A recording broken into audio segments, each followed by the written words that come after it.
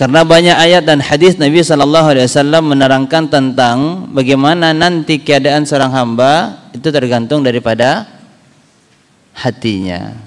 Al-qalbu.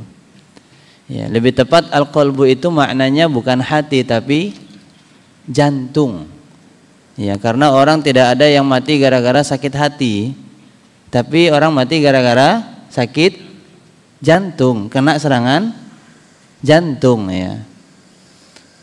Ya, maka yang lebih tepat terjemahan al-qalbu itu adalah jantung. Tapi karena memang ini sudah menjadi terjemahan yang sering digunakan di dalam bahasa Indonesia, ya sudah kita terjemahkan dengan hati. Yang uniknya lagi ada terjemahan dalam kurung hati tapi dikasih dalam kurungnya jantung. Nah, ini yang mana ini?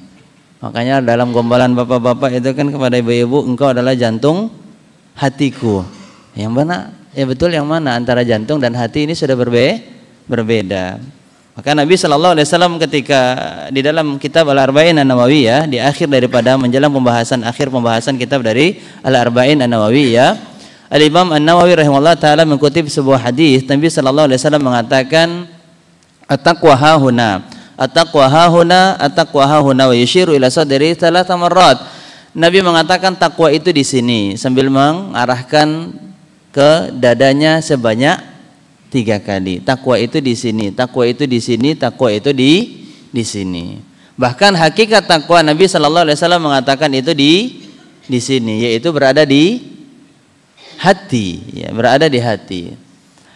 Kemudian di awal daripada pembahasan kitab Al-Arba'in An-Nawawiyah juga dikutip sebuah hadis muttafaqun alaih yang disepakati riwayatnya oleh Imam Al-Bukhari dan Muslim dari An-Nu'man bin Bashir radhiyallahu ta'ala anhuma, bahwasanya Rasulullah sallallahu alaihi wasallam bersabda, ala wa inna fil jasadi mudghah, ketahuilah di dalam diri kita ini ada satu gumpalan daging. Idza salahat salahal jasadu kullu, apabila gumpalan daging itu baik, maka akan baik seluruh anggota tubuh kita. Wa idza salahat salahal jasadu kullu, dan apabila gumpalan daging tersebut buruk, maka akan buruk seluruh anggota tubuh kita. Ala wahya al-qalbu, apa gumpalan daging tersebut? Maka Nabi sallallahu alaihi wasallam mengatakan, ketahuilah gumpalan daging tersebut adalah hati. Di dalam Quran surat Asy-Syu'ara ayat 88, ayat 89, Allah Subhanahu wa taala berfirman, yauma la yanfa' mal wala banun illa man atallaha biqalbin salim. Nanti pada hari kiamat tidak lagi akan memberikan manfaat harta yang selama ini kita miliki, begitu juga anak laki-laki yang kita miliki. Al-banun yaitu adalah anak laki-laki. Ya, harta saat ini di dunia bisa memberikan manfaat, apa yang menjadi kebutuhan kita dengan harta itu bisa kita dapatkan. Begitu juga dengan keberadaan anak-anak kita, apalagi anak laki-laki. Dia bisa memberikan manfaat khususnya secara tenaga.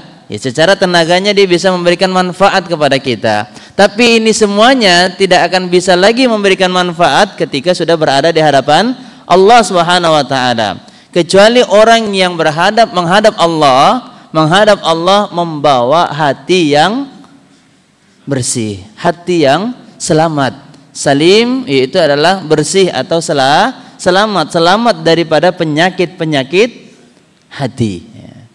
Maka dari hadis dan ayat ini menerangkan faedah yang sangat indah lagi mulia kepada kita. Hendaknya seorang mukmin ataupun mukminah, seorang muslim ataupun muslimah, seorang hamba, dia lebih memperhatikan keadaan hatinya.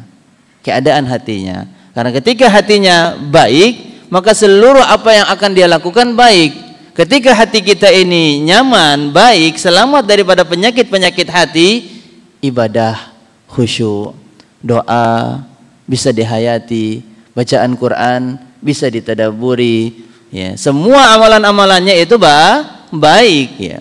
Tetapi sebaliknya, ketika hati ini rusak, ketika hati ini tidak baik, ketika hati ini sudah diselimuti dengan penyakit-penyakit hati, maka salat pun sulit untuk khusyuk.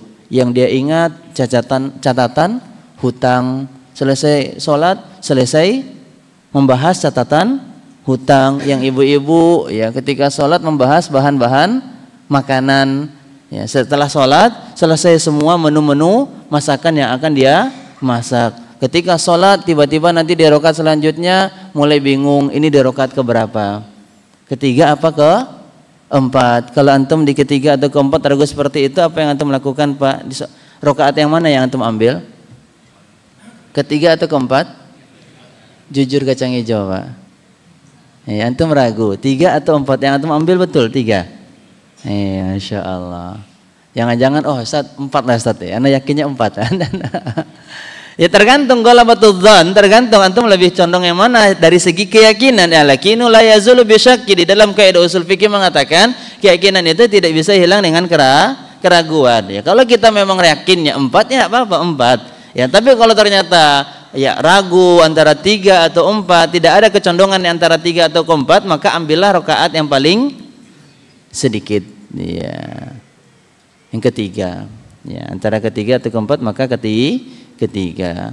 Bahkan di dalam sholat, sebelum sholat kita cari-cari barang yang kita cari nggak ketemu, tapi pas giliran di sholat baru takbiratul ihram, astagfirullah, istighfar pula kan. Bawaannya pengen cepat-cepat menyelesaikan sholatnya karena dia teringat langsung di dalam sholat barang-barang yang tadi dia cari yang hilang tidak sempat ketemu sebelum sholat, ketemu di dalam sholat. Itu dia. Gara-gara hatinya tidak baik di dalam sholat sehingga pikiran-pikiran dunia itu semua dia bawa di dalam sholatnya ya.